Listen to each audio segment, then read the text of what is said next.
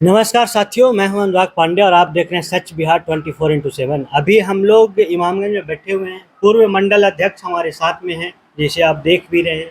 आज चर्चा करेंगे कि आखिर बीजेपी के प्रति लोगों का इतना उत्साह क्यों है। जहां जाइए लोग नरेंद्र मोदी को वोट देने के लिए उतावले क्यों हो रहे हैं, खासकर औरंगाबाद लोकसभा क्षेत्र में। कुछ नेता टाइप के लोग हैं जो हरा गमछा बांध करके आते हैं, जो आरजेडी का सपोर्ट करते हैं। लेकिन आम जनमानस में जो राय बनता हुआ दिख रहा है कि सिर्फ कमल छाप को वोट देना है, इसके पीछे राज क्या है, आज जानने का प्रयास करते हैं पूर्व मंडल अध्यक्ष गंगाधर पाठक जी से। सबसे पहले तो हमारे चैनल पे आपका बहुत बहुत स्वागत है। सर्वप्रथम हम तो आपके चैनल को धन्यवाद देते हैं कि आपने आज हमें यह मौका दिया। जहां तक सवाल है कि कमल फूल को वोट क्यों दें,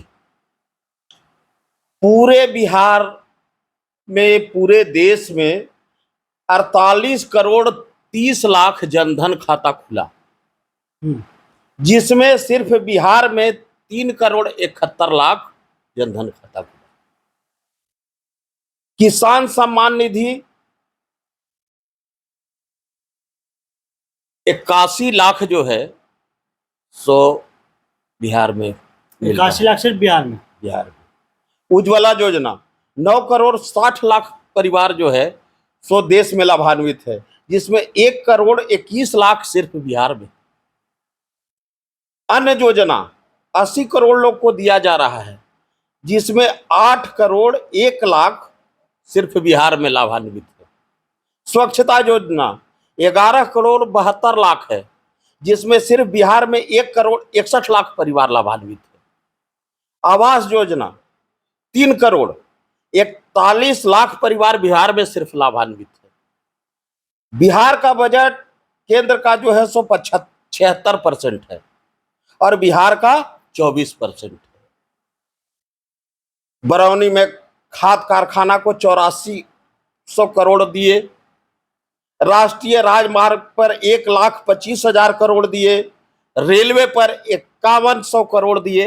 अब आप बताइए, बिहार की जनता नरेंद्र मोदी को वोट नहीं दे तो किसको दे? जैसा कि पिछली बार के चुनाव में आप लोगों को याद होगा कि 40 में से 39 सीट सिर्फ बीजेपी को मिला है। एक सीट कौन सी पार्टी जीती थी? कांग्रेस जीती थी। लेकिन इस बार थोड़ा सा टफ लग रहा है, क्योंकि कुछ कैंडिडेट जो है बीजेपी के, जिससे नाराज हैं आम जनमानस। इन्हें वोट देना नहीं चाहते हैं, फिर भी मजबूरी में नरेंद्र मोदी का फेस देकर के वोट दे रहे हैं। हम उस मुद्दे पे आते हैं, क्योंकि अब लोग जागरूक हो रहे हैं और जैसे जैसे शिक्षा बढ़ती जा रही है, लोग जागरूक हो रहे हैं कि अब पार्टी वाइज वोट ना करके कैंडिडेट वाइज वोट करते हैं। कौन कैंडिडेट हमारे क्षेत्र के लिए काम करेगा, कौन कैंडिडेट हमारे क्षेत्र के लिए काम नहीं करेगा। उस परिस्थिति में सुशील कुमार सिंह औरंगाबाद लोकसभा से चुनाव लड़ रहे हैं और सामने है अभय कुशवाहा। टोटल 11 लोग चुनाव लड़ रहे हैं इमामगंज में, लेकिन लड़ाई सिर्फ 2 लोगों में, अभय कुशवाहा और सुशील सिंह में। तो लोग सुशील सिंह के तरफ सिर्फ इसलिए, जैसा कि देखने में महसूस होता है कि नरेंद्र मोदी का फेस देख करके वोट देने जाएंगे सुशील सिंह को, लेकिन उनके काम से कहीं ना कहीं लोग थोड़े से नाराज जरूर हैं। इस पे क्या कहना है? जहां तक सवाल उठता है 2 उम्मीदवारों का जो कंपैरिजन किया जा रहा है, हमारे उम्मीदवार जो सुशील कुमार सिंह हैं, उनके सामने जो हमारे विपक्ष के नेता, विपक्ष के जो उम्मीदवार हैं अभय कुशवाहा जी, कोई तुलना नहीं किया जा सकता है। आज मूर्ति चोरी का आरोप इन पर लगा है, जो कि मुकदमा अभी तक चल रहा है।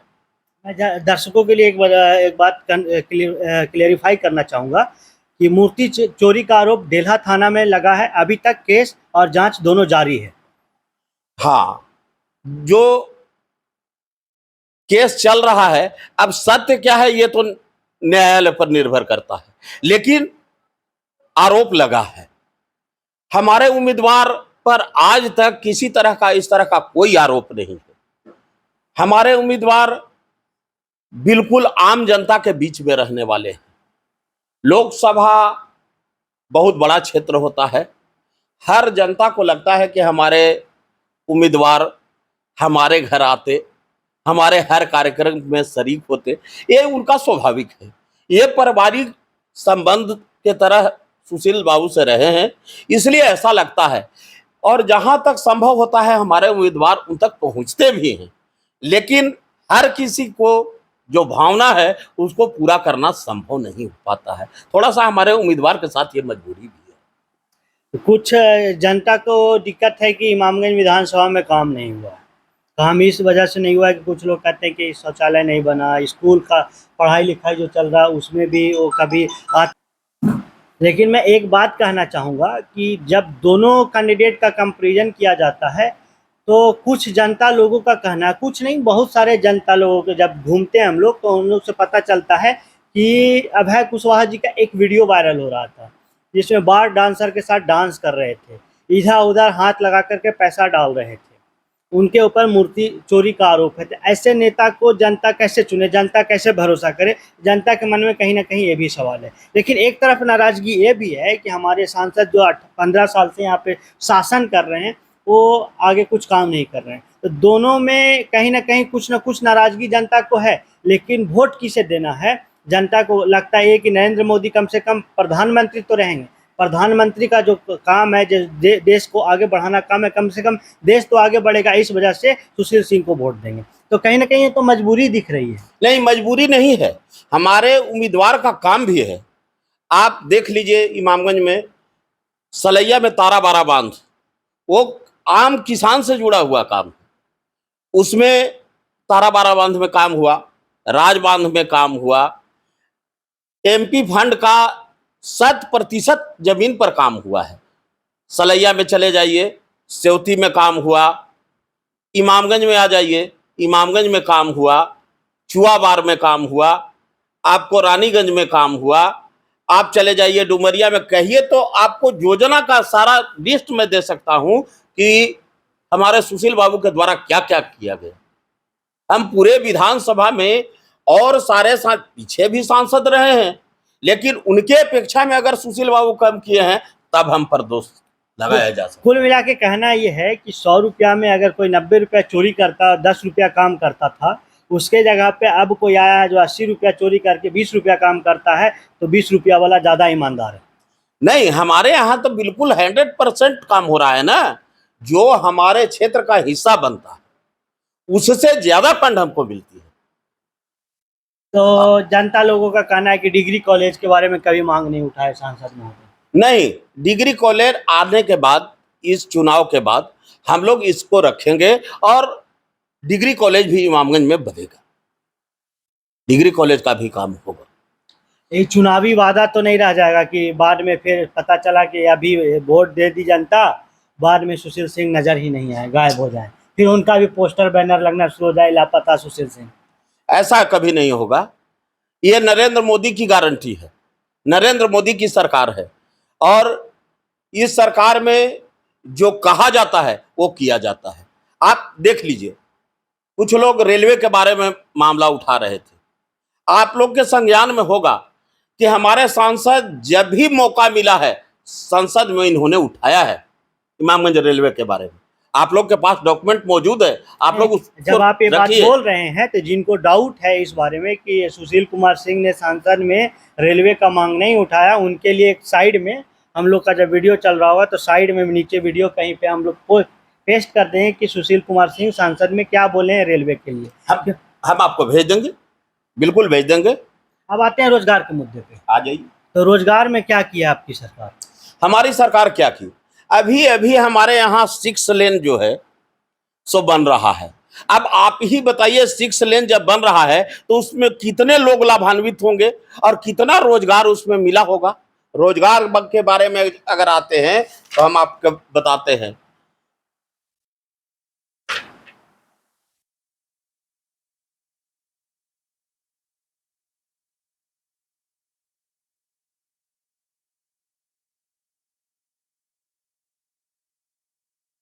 महिलाओं के स्वयं सहायता केंद्र जीविका को केंद्र सरकार के निर्देश पर 1 लाख करोड़ रुपए से अधिक की राशि बैंकों के द्वारा पूरे देश में इस साल वितरित की गई है। आप एक योजना मैं बता रहा हूं, मात्र एक योजना।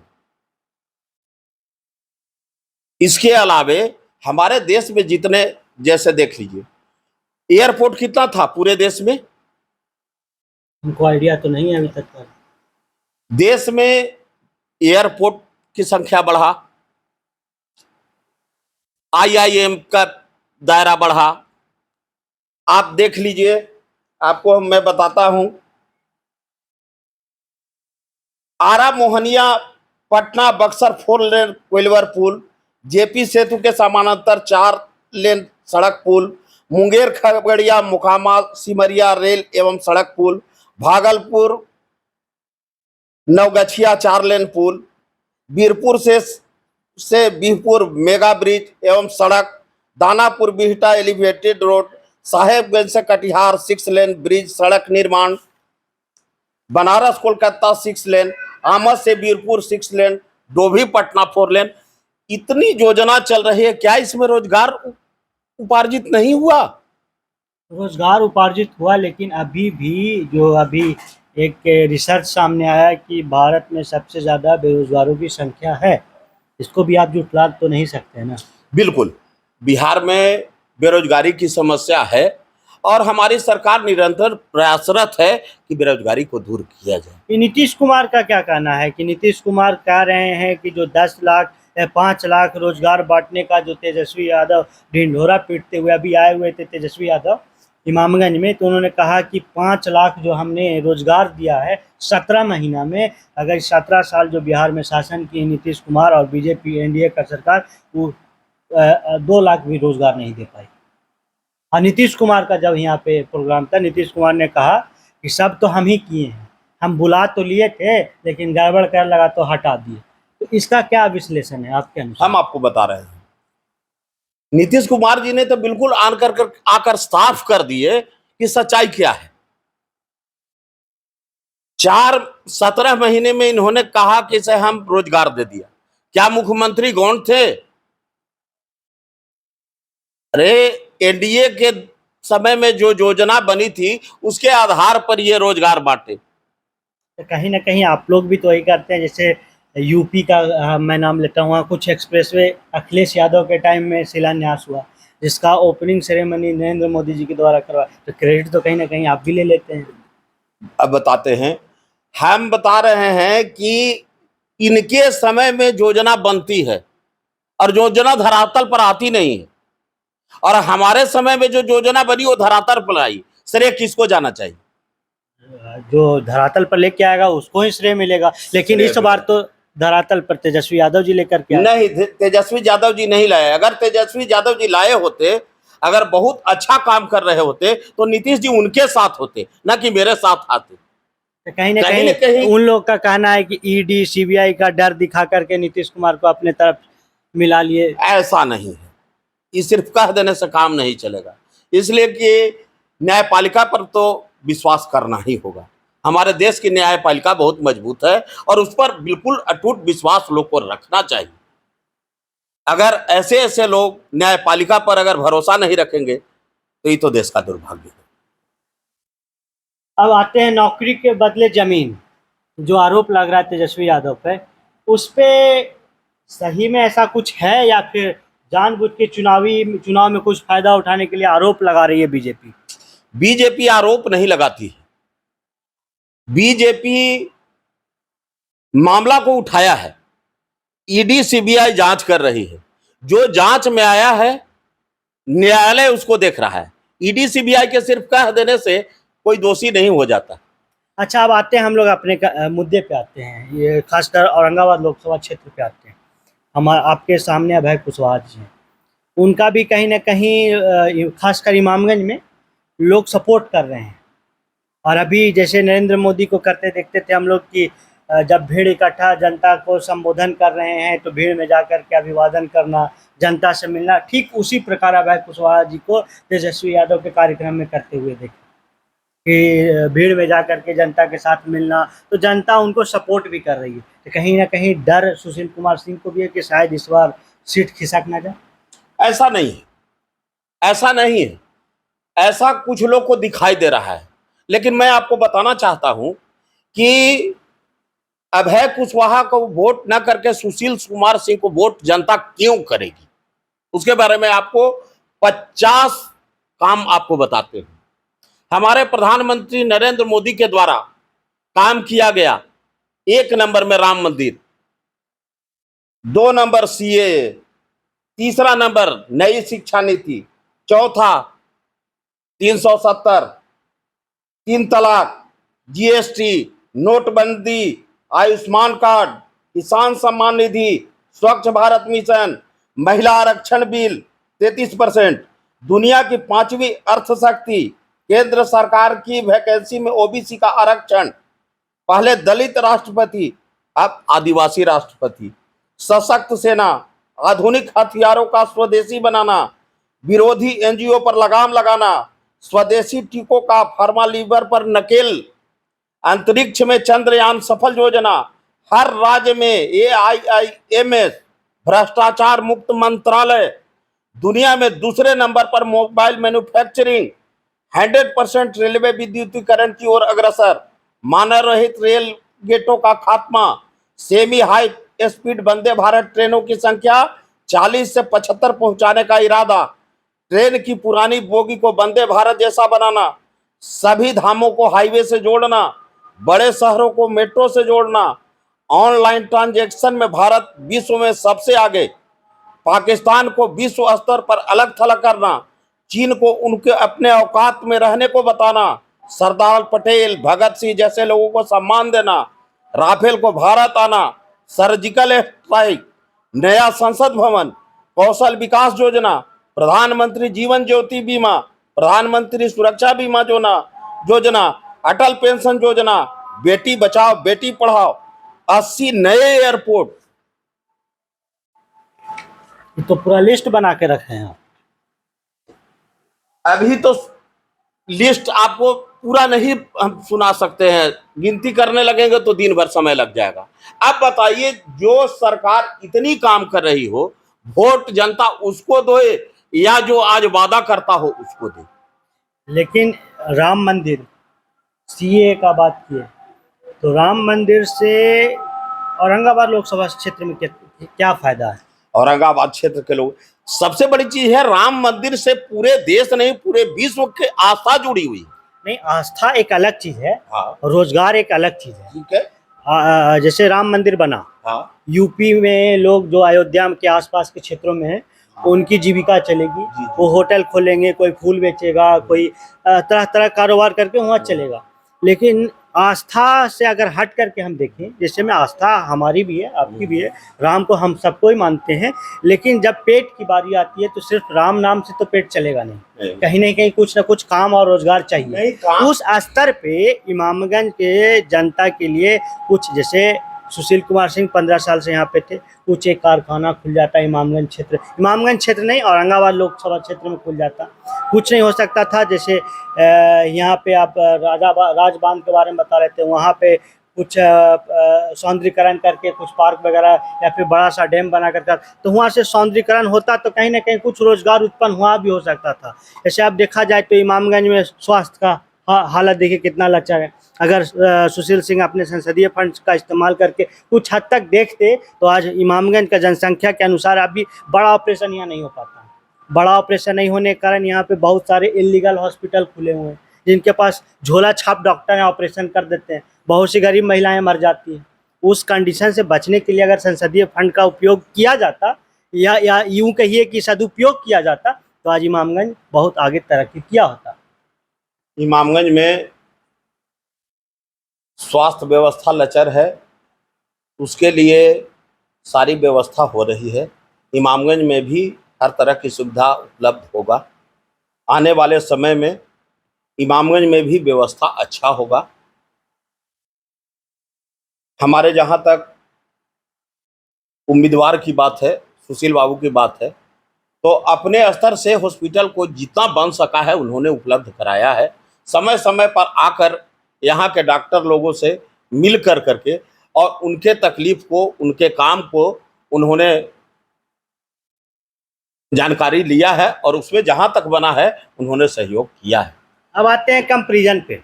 अब है कुशवाहा और सुशील सिंह के बीच में छवि का कंपैरिजन किया जाए, दोनों में छवि किसका बेहतर है।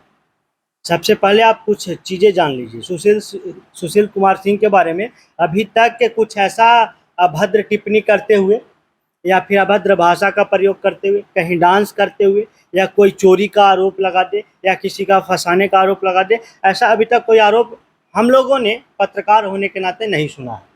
अगर बिल्कुल, आपके बिल्कुल। अंदर कुछ है जो आरोप लगा है ऐसा कुछ, तो ऐसा बताइए। कहीं नहीं है, और न तो हमारे सांसद पर कोई आरोप है, और हम आशा नहीं पूर्ण विश्वास करते हैं इस तरह का आरोप कभी कोई लगा भी नहीं पाए। अब आते हैं अभय कुशवाहा पे। अभय कुशवाहा पे जैसा कि आप सब लोग जानते हैं, जब हम लोग बातचीत शुरू किए थे उस टाइम भी आप लोगों को पता चला होगा कि मूर्ति चोरी का आरोप एक अभी चल रहा है। कहने का अगर उनसे पूछा जाए तो कहते हैं कि आरोप लग जाने से हम चोर नहीं हो जाएंगे, लेकिन कहीं ना कहीं कुछ होता है तभी आपके ऊपर आरोप लगता है। दूसरा कंडीशन आता है कि आपके ऊपर बार डांसर के साथ डांस करते हुए आपका वीडियो लीक है, और वो वीडियो मैं इस वीडियो के साथ संलग्न करके चलाऊंगा भी, जिसे आप लोग देखिएगा भी।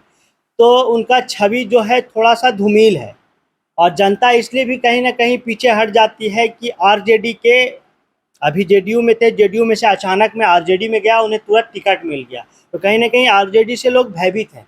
क्योंकि मैं खुद एक उदाहरण हूँ और मेरे आंखों के सामने घटित हुआ है कि 2005 के पहले जब हम लोग नगवा पथरा में, यानी इमामगंज विधानसभा क्षेत्र में इमामगंज थाना के अंतर्गत नगवा पथरा गांव है, वहाँ पर जब हम लोग रहते थे तो वहाँ नक्सली का इतना प्रभाव हुआ करता था कि ठीक 6 बजने के बाद घर घर में आ जाता था कि आज 4 आदमी का खाना आपके यहाँ बनेगा, 5 आदमी के यहाँ उनके यहाँ खाना उनके यहाँ बनेगा, 10 आदमी का उनके यहाँ बनेगा। तो इस कंडीशन से नीतीश कुमार कहीं ना कहीं उबारने में सफल भी हुए। उस चीज़ में जाना नहीं चाहते, खासकर जो स्वर्ण लोगों को क्रश किया गया था उसमें स्वर्ण लोग जाना नहीं चाहता, इसलिए मजबूरी में सुशील सिंह को भी वोट देना चाहता है। बिल्कुल। हम बताते हैं कि आप लोग को ज्ञात होगा कि महीना में 10 दिन बाजार बंद हो जाया करता था। उसमें किसकी क्षति होती थी? व्यापारियों की क्षति होती थी, कामगारों की क्षति होती थी, यहाँ के जो व्यापार धंधा जो भी करने वाले लोग थे उनको ज्यादा क्षति होता है। क्या उससे रोजगार सृजन में सहयोग नहीं मिला? उदय नारायण चौधरी पे तो डायरेक्टली कहीं ना कहीं आरोप लगता ही था कि वो नक्सली लोगों को समर्थन करते हैं। अब तो सवाल उठता है कि जो बीत गई सो बात गई। उदय नारायण चौधरी जैसा किए थे वैसा वो तो पा चुके। नहीं, कल जब परसों जब तेजस्वी यादव जी का प्रोग्राम हो रहा था तो उन्होंने बयान दे रहे थे कि जब हमारी सरकार थी तो आईटीआई बन रहा था, मैगरा में बहुत सारा विकास का काम हो रहा था, यहाँ पे शांति थी। तो याद आता है कि जब वो सरकार में थे तो कितना शांति था, सही मायने में शांति था या नहीं था। दूसरा चीज़ मैं आप लोगों को बता दूं कि उन्होंने कहा कि जब बीजेपी जीतेगी इस बार तो संविधान हटा देगी। इसमें कितना सच्चाई है? हम आपको बताते हैं, आज हमारे प्रधानमंत्री ने कहा है, गया के धरती से आज उन्होंने कहा है कि संविधान को जो बनाने वाले अंबेडकर जी थे वो भी अगर आज अगर चाहें कि संविधान को बदल दे तो ऐसा नहीं हो सकता है। ये तो प्रोपगंडा खड़ा किया जा रहा है। क्यों फैलाया जा रहा है? कहीं ना कहीं कुछ बीजेपी के नेता हैं जो बड़े स्तर पे नेता, उनका ही बयान है कि इस बार आएंगे तो संविधान में हम ही चेंज कर देंगे। नहीं, कहीं ना कहीं वहीं से तो र्यूमर फैलता है। जैसे संविधान संशोधन की बात हो रही है, संविधान में कुछ इस तरह का गलत जो था, जैसे धारा 370 कहते थे कि संविधान में है, क्या 370 हटाना गुनाह है?